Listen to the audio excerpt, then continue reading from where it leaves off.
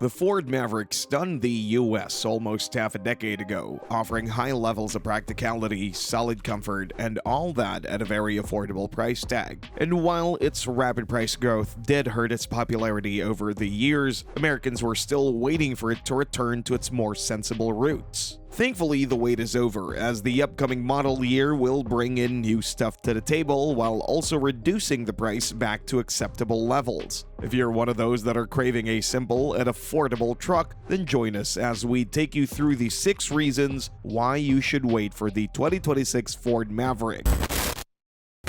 Number 6. Simplified entry-level trims. One of the biggest changes compared to the current model year is how much the Ford Maverick's entry-level trims have been simplified. The redesign, which came last year for the current model year, brought in a bunch of unnecessary complications to the table, which, while nice, were also one of the key reasons you can't get a Maverick with an MSRP that's less than $27,000. As a result, the Ford Maverick sales, especially for the entry-level XL and XLT, have dropped, and the truck has become a bit of a luxury toy for soccer moms, so that they too can say they drive a pickup truck. That's why Ford decided to make these two simpler than they are now and make them more akin to the pre-facelift Maverick, by offering only the essential stuff and not allowing luxuries to linger. As a result, the Maverick XL will offer front power windows, with rear ones being manually operated. In addition to that, you'll also be getting a simpler and cheaper gauge cluster, as well as bumpers that aren't painted at all and not just trim pieces that are black. In addition to that, stuff like LED reflective lights will also be removed and replaced by simple halogen DRLs to keep costs low.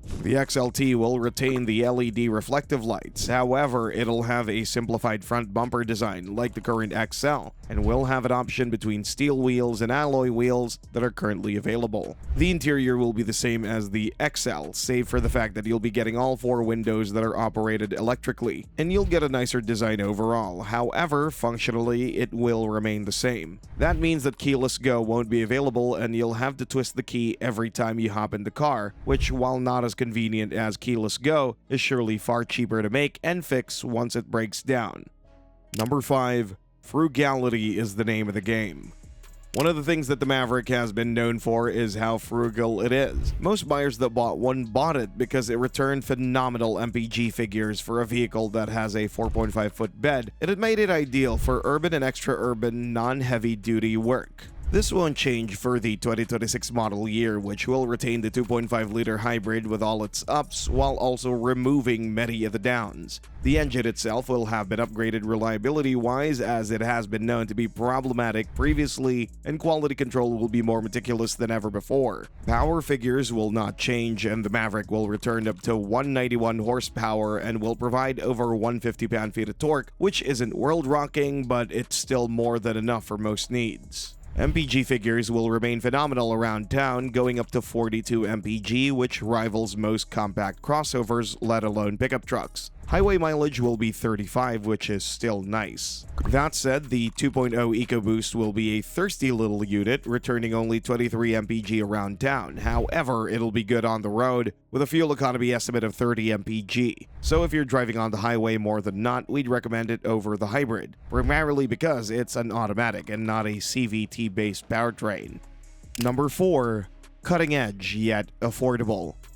Thanks to the current model year redesign, the Ford Maverick has been brought to the 21st century rather stylishly. The pre-facelift's interior and exterior have admittedly been rather dull and uninspiring, and have been dated even for early 2020 standards. The same can't be said for the current version, which uses a 13.2-inch touchscreen infotainment screen and combines it with an 8-inch digital gauge cluster, which as of 2026 will vary in advancement but will still be fully digital. The center part of the dash, which used to be occupied with all kinds of unnecessary buttons and whatnot, is now much cleaner and utilizes a button panel and not just individual buttons, which lowers the cost of the vehicle. This is only a downgrade when it needs replacing. However, since the vehicle will be covered by warranty for most of your ownership, we wouldn't really worry about that. The only downgrade we see is the lack of physical AC controls, which is really an unjustifiable downgrade. Sure, it costs more than to just fit the dials and buttons to the touchscreen. However, many manufacturers are openly returning to traditional solutions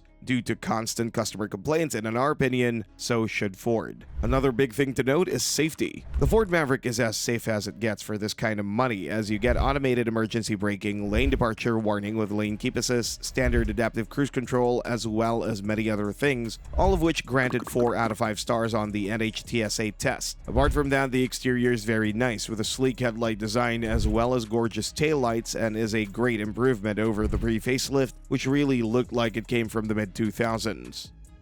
Number 3. The Maverick Lobo has been improved. The introduction of the performance-oriented Maverick Lobo has been a godsend for the Maverick's image. However, despite drivetrain and suspension updates, this trim lacked one key thing: power. For the 2026 model year, that's exactly what Ford will focus on fixing by replacing the 2-liter EcoBoost 4-cylinder with a more powerful unit. Now, you must understand that the difference won't be big. You won't be getting a 2.7 EcoBoost V6 or anything close to that. However, what is expected to make an appearance is either the high-output 2-liter EcoBoost engine, which will push out around 260 horsepower, or a 2.3-liter EcoBoost 4-cylinder, which will return some 270 horsepower. This, combined with a new 7-speed fast-shifting automatic gearbox and suspension, which were borrowed from the Ford Focus RS, makes it easy to see how the Maverick Lobo might finally be able to revitalize the street truck craze that was brought to us over 3 decades ago with the GMC Cyclone. Number 2. Tailor-made for most Americans.